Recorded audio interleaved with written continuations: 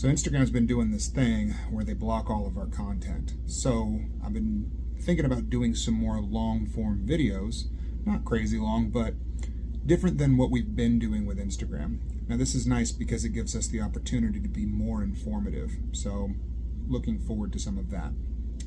One of the things I'd like to discuss this time around are sushi knives. So sushi knives are some of my favorite knives to make.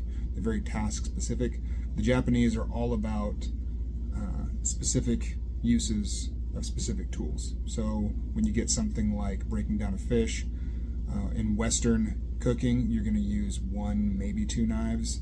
Japanese cooking, you're more likely to see maybe 3 or 4 knives to break down one fish. And that's just because they're very specific about what it is that they do. But they do what they do well. So one of the things I like about sushi knives is also the spectator aspect of it. When you go to a sushi bar, you can see the knives cutting, so you know they work because you're watching it. And that was always very vindicating for me to see what I made in application. Probably in San Diego, I've probably got more than 20 sushi knives around town.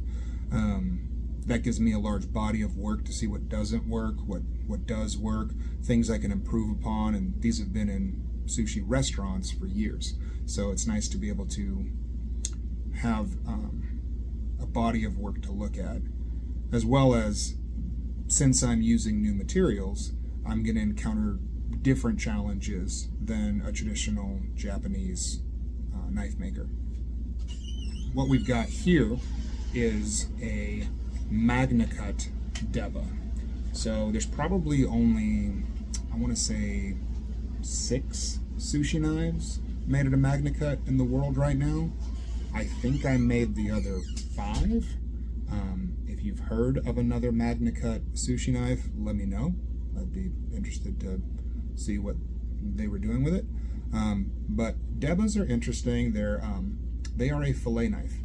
When we think of fillet knife, we're in Western tradition. We're usually thinking of something very thin, flexible, something that you can use to fillet salmon. A lot of fishermen in America like very thin, whippy fillet knives, long and thin, very narrow. This is wide, tall, and very thick, but yet it serves the same function, which is a total mind trip to me. I really enjoyed, we had done a video with Chef Natalie over at Ironside in San Diego using a Deba to break down an Opa, and then we also had a video of Tommy Gomes from Tunaville Market breaking down an Opa, and he was using the offset fillet that I make, and Natalie was making the Deba that I make. So it was interesting to see them both doing the same tasks with different knives. Something that you're going to notice with the Deba is that it is single side ground. Now, you're noticing the single side right here, but it's actually not single side ground so much as it is asymmetrical. This is a hollow grind on the back. Now, the hollow grind on a sushi knife is interesting. There are a lot of people that'll tell you that you need to have compound grinds on there. There are some people that'll tell you that it's got to be forged to shape.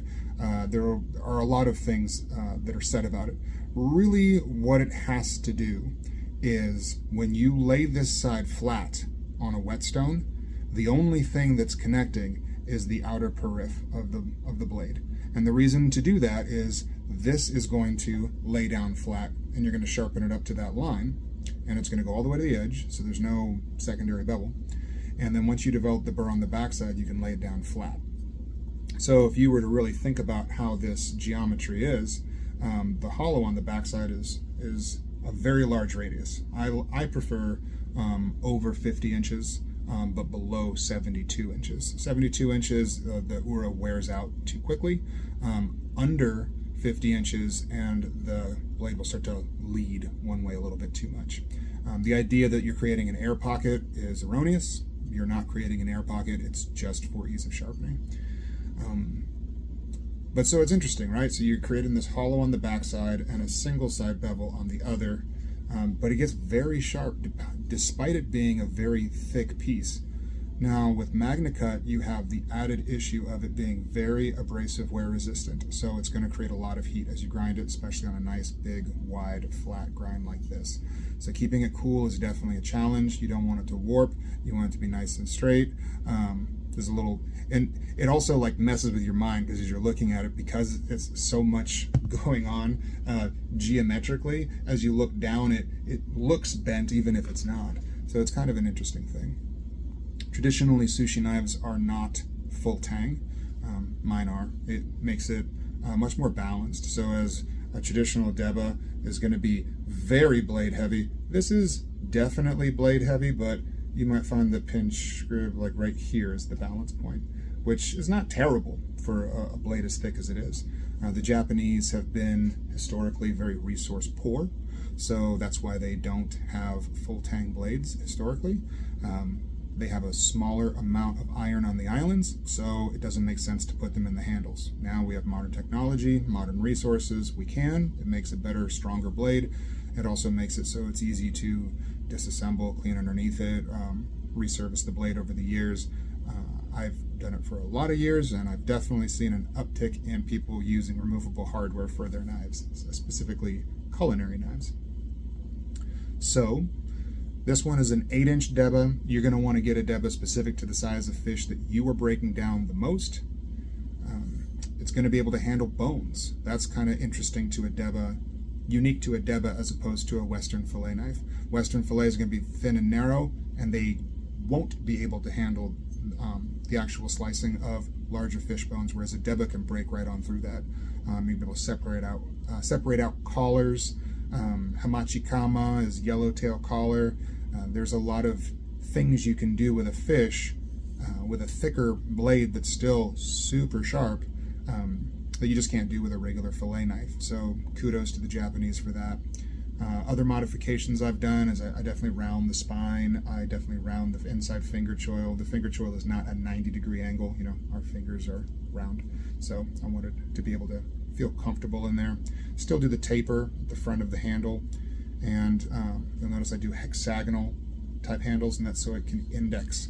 You know, our fingers have bones in it, so you want it to be able to index well and not turn without your consent, I'll say. Now it's a very thick blade. It's nice and heavy. It's got some weight behind it, but I wanted to showcase, you know, the edge is very sharp. So it's nice to have a blade that's this thick that's still going to be that sharp and acute. And so that's really kind of the beauty that is Deba's, is this thick, axy, cleavery kind of quality to it that still retains its surgical-like precision. So it's definitely a fun knife to make. It's hard with a grind as wide as that. It's a little hard to even see the periph and the shine that it has, because it's literally a line of light around the edge that makes that, you know, and that's to, again, aid in sharpening. You're really only sharpening that outer 0.5 millimeter of flat out of this whole thing, which is why it makes grinding the ura so difficult on these. As far as this particular knife, it's Magnacut, as I said before. It's got a rough kind of a two-tone finish on it, so you can see that polish goes up into kind of this textured finish that I kind of like. Gives it a rustic quality despite being PM grade steel. The handle is a green-blue resin cast. This is a maple burl with blue titanium hardware and green and blue spacers. So it's got some nice color to it, but very ocean themed. Great for seafood. And again, that's G10 liners, so hypoallergenic, and it's not going to swell with moisture. And then I do put a corrosion barrier underneath the handles as well. You'll notice that it says my Maker's Mark Melio on the blade, as well as Magnacut, but it's kind of on the backside. One of the things I've always loved doing for Japanese knives is the kanji, if you guys can read it, just reads "Made in America." So I thought that was fun in my My friend from Japan helped me with the translation on that. So it's Japanese specific, so if you speak Mandarin, it's not going to make as much sense, though the characters are still readable in Mandarin, obviously. So yeah, this is a 8-inch Deba, Magnacut, 62 Rockwell, polished her up real good. One of the reasons why we don't want to go over 62 Rockwell, especially with a Deba, I think Magnacut performs the best at 62 anyway for culinary, but specifically something like a Deba, you want to retain that toughness. Dr. Laren Thomas really went through a lot of effort to give this steel superior toughness than other stainless steels. We really want to showcase that, and if we're going to be hitting fish bones with it, it's nice to have that in the tank. So a little bit of a lower austenitization temperature and lower Rockwell at 62 really makes this perform and shine, and we've had great results with it, lots of positive feedback. But yeah, let me know what you guys think about this video. Please subscribe and save. I'm going to be doing more YouTube videos. If there's specific content you guys want, I'm all about it. I'm an open book, and I really like discussing my processes. So feel free to comment below and ask questions. I will respond to them, and stick with us. Appreciate you guys.